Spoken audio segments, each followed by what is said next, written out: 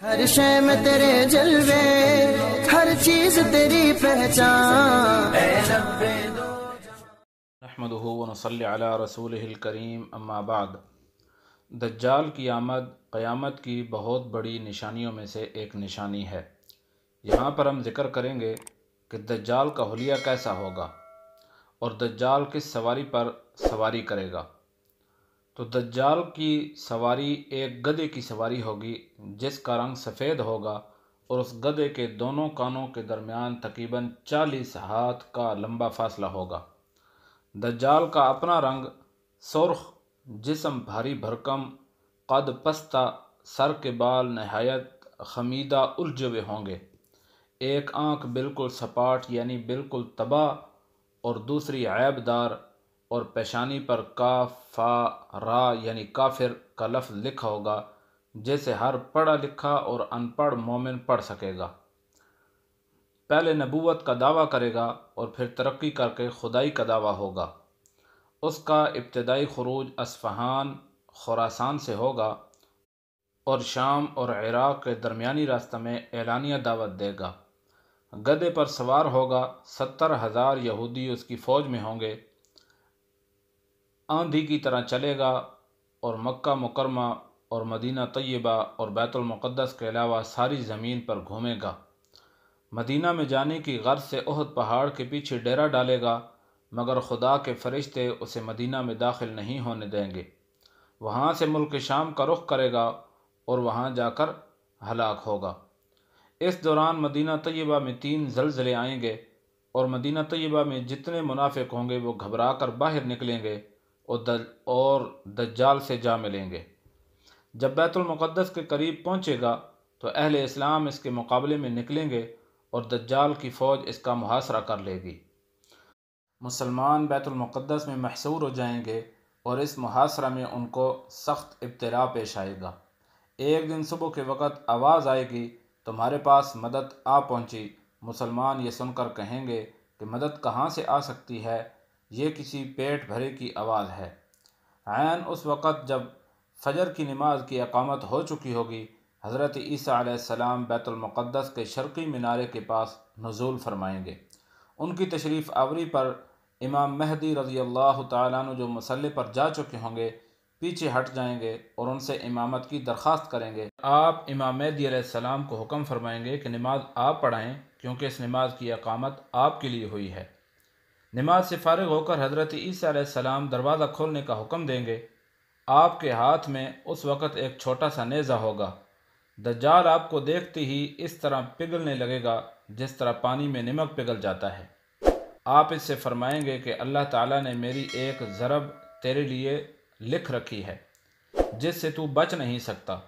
دجال بھاگنے لگے گا، مگر آپ باب لد کے مقام پر جا کر اس کو لے لیں گے اور نیزے سے اس کو ہلاک کر دیں گے، اور اس کا نیزے پر لگا ہوا خون حضرت عیسیٰ علیہ السلام مسلمانوں کو دکھائیں گے۔ اس وقت اہل اسلام اور دجال کی فوج میں مقابلہ ہوگا۔ دجالی فوج تہ و تیغ ہو جائے گی اور حجر و شجر پکار اٹھیں گے، اے مومن، یہ یہودی میرے پیچھے چھپا ہوا ہے، آ کر اس کو قتل کر دو۔ دجال کو قتل کرنے کے بعد حضرت عیسیٰ علیہ السلام ان لوگوں کے پاس جائیں گے جن کو اللہ جل شانہ نے دجال کے فتنے سے محفوظ رکھا ہوگا، اور گرد و غبار سے ان کے چہرے صاف کریں گے اور جنت میں ان کے جو درجات ہیں وہ ان کو بتائیں گے۔ ابھی وہ اسی حالت میں ہوں گے کہ اتنے میں اللہ جل شانہ حضرت عیسیٰ علیہ السلام کی طرف وحی بھیجے گا کہ میں نے اپنے ایسے بندوں کو خروج کی اجازت دے دی ہے، یاجوج ماجوج، جن کے مقابلے کی کسی کو طاقت نہیں، بس آپ میرے بندوں کو کوہ طور پر لے جائیے۔ اور اللہ تعالیٰ یاجوج ماجوج کو بھیجے گا اور وہ ہر بلندی سے تیزی سے پھسلتے ہوئے اتریں گے، پس ان کے دستے بحیرہ طبریہ پر گزریں گے تو اس کا سارا پانی صاف کر دیں گے، اور ان کے پچھلے لوگ آئیں گے تو کہیں گے کہ کسی زمانے میں اس میں پانی ہوا کرتا تھا۔ وہ چلیں گے یہاں تک کہ جب جبل خمر تک جو بیت المقدس کا پہاڑ ہے پہنچیں گے، کہیں گے کہ زمین والوں کو تو ہم قتل کر چکے، اب آسمان والوں کو قتل کریں۔ پس وہ آسمان کی طرف تیر پھینکیں گے تو اللہ جل شانہ ان کے تیر خون سے رنگے ہوئے واپس لوٹا دے گا، اور اللہ کے نبی حضرت عیسیٰ علیہ السلام اور ان کے رفقاء کوہ طور پر محصور ہوں گے، اور اس محاصرہ کی وجہ سے ان کو ایسی تنگی پیش آئے گی کہ ان کے لیے گائے کا سر تمہارے آج کے 100 درہم سے بہتر ہوگا۔ پس اللہ کے نبی حضرت عیسیٰ علیہ السلام اور ان کے رفقاء اللہ کی بارگاہ میں دعا کریں گے، پس ان کی دعا کے بدولت اللہ جل شانہ یاجوج ماجوج کی گردنوں میں ایک کیڑا پیدا کر دے گا، جس سے وہ ایک آن میں ہلاک ہو جائیں گے۔ پھر اللہ کے نبی حضرت عیسیٰ علیہ السلام اور ان کے رفقاء کوہ طور سے زمین پر اتریں گے تو ایک بالشت زمین پر جگہ خالی نہیں ملے گی جو ان کی لاشوں اور بدبو سے بھری ہوئی نہ ہو۔ اللہ کے نبی حضرت عیسیٰ علیہ السلام اور ان کے رفقاء اللہ تعالیٰ سے دعا کریں گے، تب اللہ تعالیٰ بختی اونٹوں کی گردنوں کے مثل پرندے بھیجے گا جو ان کی لاشوں کو اٹھا کر جہاں اللہ کو منظور ہوگا پھینک دیں گے۔ پھر اللہ تعالیٰ ایسی بارش برسائے گا کہ اس سے کوئی خیمہ اور کوئی مکان چھپا نہیں رہے گا، پس وہ بارش زمین کو دھو کر شیشے کی طرح صاف کر دے گی۔ ترمذی شریف کی ایک حدیث میں ہے کہ وہ پرندے جو یاجوج ماجوج کی لاشوں کو نہبل میں لے جا کر پھینک دیں گے، اور مسلمان ان کے تیر کمان اور ترکشوں کو 7 سال تک بطور ایندھن استعمال کریں گے۔